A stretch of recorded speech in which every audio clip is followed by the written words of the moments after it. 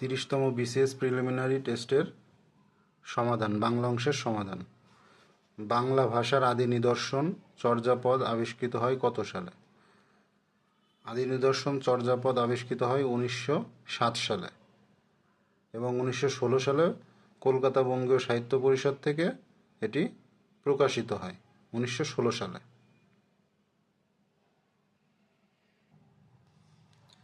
নিচের কোনটি শরৎচন্দ্র চট্টোপাধ্যায়ের ছদ্মনাম? শরৎচন্দ্র চট্টোপাধ্যায়ের ছদ্মনাম হচ্ছে অনিলা দেবী। অনিলা দেবী ছিলেন শরৎচন্দ্র চট্টোপাধ্যায়ের বড় দিদি।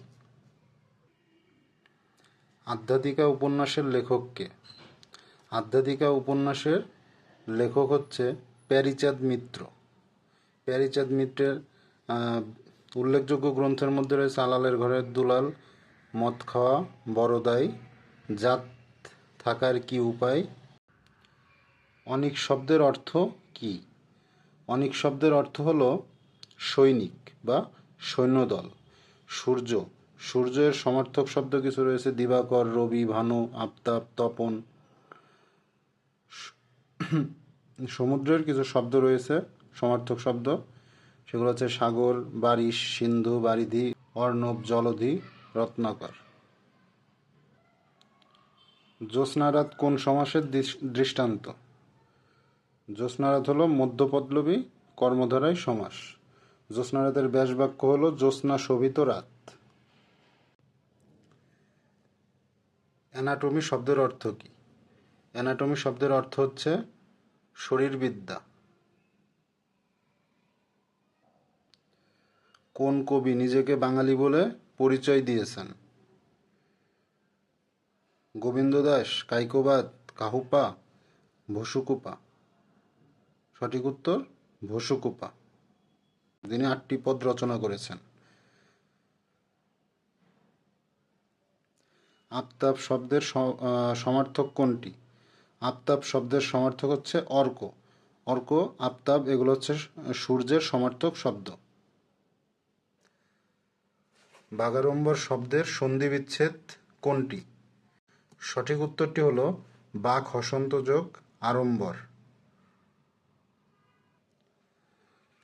সকালে উঠি আমি মনে মনে বলি সারাদিন আমি যেন ভালো হয়ে চলি। এই চরণদ্বয়ের লেখককে? এই চরণদ্বয়ের লেখক হচ্ছে মদনমোহন তর্কালঙ্কার।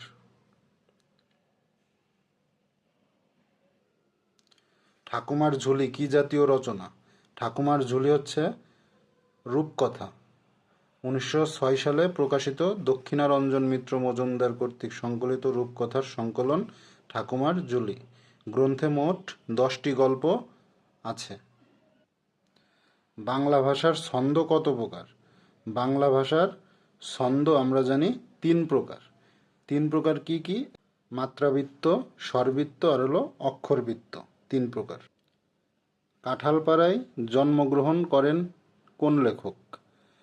কাঁঠালপাড়া গ্রামে জন্মগ্রহণ করেন বঙ্কিমচন্দ্র চট্টোপাধ্যায়। তিনি 26 জুন 1838 সালে পশ্চিমবঙ্গের 24 পরগনার কাঁঠালপাড়া গ্রামে জন্মগ্রহণ করেন। বাংলা সাহিত্যে তাকে সাহিত্য সম্রাট বলে আখ্যায়িত করা হয়। নিচের কোনটি অঘোষ অল্পপ্রাণ ধ্বনি? অঘোষ অল্পপ্রাণ ধ্বনি হচ্ছে এখানে চ। যে ধ্বনি উচ্চারণের সময় স্বরতন্ত্রী অনুরণিত হয় না তাকে অঘোষ ধ্বনি বলে। অপ কি ধরনের উপসর্গ? অপ হচ্ছে সংস্কৃত উপসর্গ। বাংলা ভাষায় উপসর্গ আছে 3 প্রকারের। একটা হচ্ছে বাংলার, একটা তৎসম বা সংস্কৃত, আর একটা বিদেশি উপসর্গ। এর মধ্যে বাংলা উপসর্গ হচ্ছে 21টি, তৎসম উপসর্গ 20টি। নিচের কোনটি মীর মোশাররফ হোসেনের জন্ম ও মৃত্যু সাল?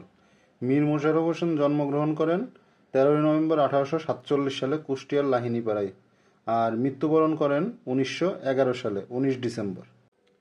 রবীন্দ্রনাথের সোনার তরী কবিতা কোন ছন্দে রচিত? রবীন্দ্রনাথের সোনার তরী কবিতা মাত্রাবৃত্ত ছন্দে রচিত। সহচর্য শব্দের শুদ্ধ গঠন কোনটি? সঠিক হবে সহচর যোগ জ, সহচর্য। পূর্বাশা পত্রিকার সম্পাদক ছিলেন সঞ্জয় ভট্টাচার্য।